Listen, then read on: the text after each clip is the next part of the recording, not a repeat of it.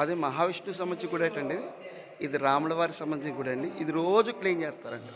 ప్రతిరోజు విగ్రహాలు చాలా బాగుండడానికి, చాలా బాగా ఉండడానికి, నీట్గా కనబడడానికి బాగా వీడియో మామూలుగా తీస్తారండి. ఇది మొత్తం శుభ్రం చేస్తారండి, క్లీన్ చేస్తారు.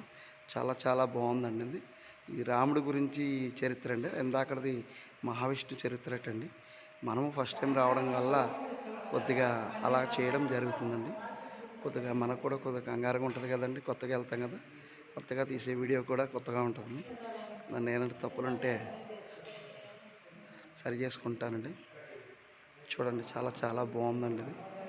ఇలాంటి అదృష్టం భగవంతుడు కృప మీకు చూపించడం, నేను వెళ్ళడము, అదంతా ఇచ్చిన అదృష్టం అండి. ఇదంతా కూడా అదృష్టం అంటే ఎలా వస్తుందని ఇలా చూసేదానికండి.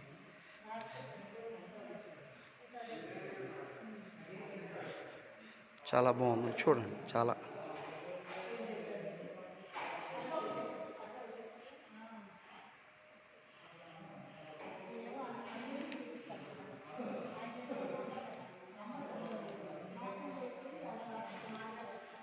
చాలా బాగుందండి గుడి ఇది. ఇంత అంతని ఏం చెప్పలేనండి నేనైతే. చాలా బాగుందండి ఇది. మొట్టమొదటిసారిగా వచ్చినందుకు, ఈ గుడి చూసినందుకు ఎంతో ఆనందంగా ఉందండి నాకైతే. ఇలాంటి ఆనందం తక్కువ, ఎంత చెప్పినా తక్కువ అండి ఇది. మీ అందరికీ చూపించడానికి ప్రత్యేకంగా వీడియో తీస్తున్నానండి ఇది. చూడండి, ఇదంతా దీని చరిత్ర అయితే నాకు తక్కువ అండి తెలియడం. మీకైతే మాత్రం చూపిస్తున్నానండి. రామాయణ గురించి తక్కువ అండి తెలియడము నాకు. చూపిస్తున్నానండి. అప్పుడు ఎలా జరిగింది, కుంభకర్ణుడు ఎలా లేపేవారు, ఈ రాక్షసులు ఎట్లా ఉండేవారు, ఇదంతా రావణాసురుడు ఎట్లా ఉండేవాడు, రావణాసురుడు ఏం చేసేవాడు, ఇదంతా చాలా చాలా బాగుంటుందండి. ఇది చాలా బాగుందండి. ఇది ప్రత్యేకంగా మనం ఒక జీవితం ధన్యమైనట్టండి.